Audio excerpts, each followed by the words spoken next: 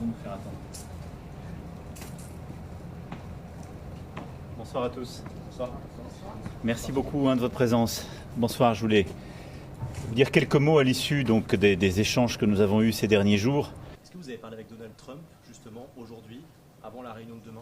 Au fond, notre volonté demain, c'est de présenter un front uni entre Européens et Ukrainiens dans ce moment de règlement du conflit, en réaffirmant qui est du côté de la paix, qui est du côté du droit international, mais surtout comment nous assurer collectivement que l'ordre international est respecté et que notre sécurité à tous est protégée.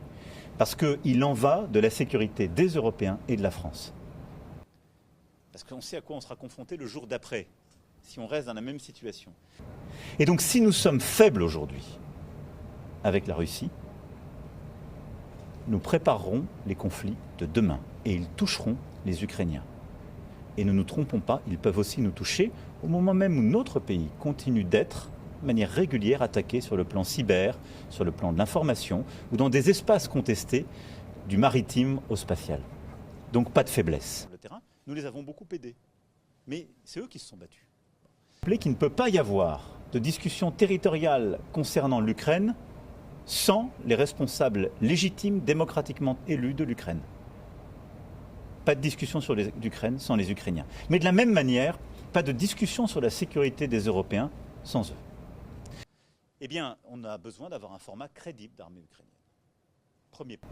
Ensuite, un pays peut tout à fait, dans le cadre d'un armistice, d'un cessez-le-feu, d'un traité de paix, reconnaître des territoires qu'il aurait perdus, qui sont gelés. Il ne reconnaît pas qu'ils sont sous notre souveraineté, mais il reconnaît qu'il les a militairement perdus. Ça, c'est pas non conforme au droit international, mais c'est une très grosse concession. Et comme je vous l'ai dit, il ne m'appartient pas de la faire. Par contre, aucun pays, après 3 ans et demi d'un tel conflit, tant de vies humaines sacrifiées, ne peut accepter des pertes territoriales, même de fait, s'il n'a pas la garantie qu'il sera protégé sur le reste de son territoire. C'est nous de dire, et c'est pour ça que ce n'est pas la masse qui compte, c'est la signature stratégique. Comment on met ce qu'on appelle des forces de réassurance. C'est-à-dire tout accord qui reposerait sur l'absence d'une armée ukrainienne, sur la réduction d'une armée ukrainienne, serait un accord insincère, voué à ne pas être respecté. Parce que ces accords ont déjà existé par le passé. Et que, y compris quand la Russie a signé elle-même des accords de non-agression à l'égard de l'Ukraine, ce qu'elle a fait en 1994 avec l'accord de Budapest, elle ne les a pas respectés. De quelques alliés qui disent notre destin est lié, ce qu'on a pu connaître par le passé. Nous l'avons consolidé, nos chefs d'état-major l'ont travaillé au sein de la coalition des volontaires.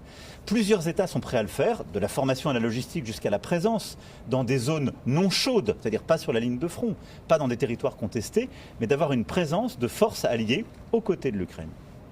Nous irons présenter cela en demandant aussi aux États-Unis d'Amérique jusqu'à quel point ils sont prêts à se joindre à ces dernières, puisqu'ils ont mis sur la table des garanties de sécurité et l'ont réaffirmé. Nous devons rentrer dans une nouvelle phase diplomatique, celle dans laquelle nous assumons d'avoir et de défendre les intérêts des Européens. Nous y allons demain, pas simplement pour accompagner le président Zelensky. Nous y allons pour défendre les intérêts des Européens. L'Europe n'a pas envie d'être à la table des grandes discussions, comme un sujet de discussion. L'Europe doit être à la table pour discuter d'elle-même et de son avenir. C'est ça ce que je vous dis. Merci beaucoup. Merci, bon courage.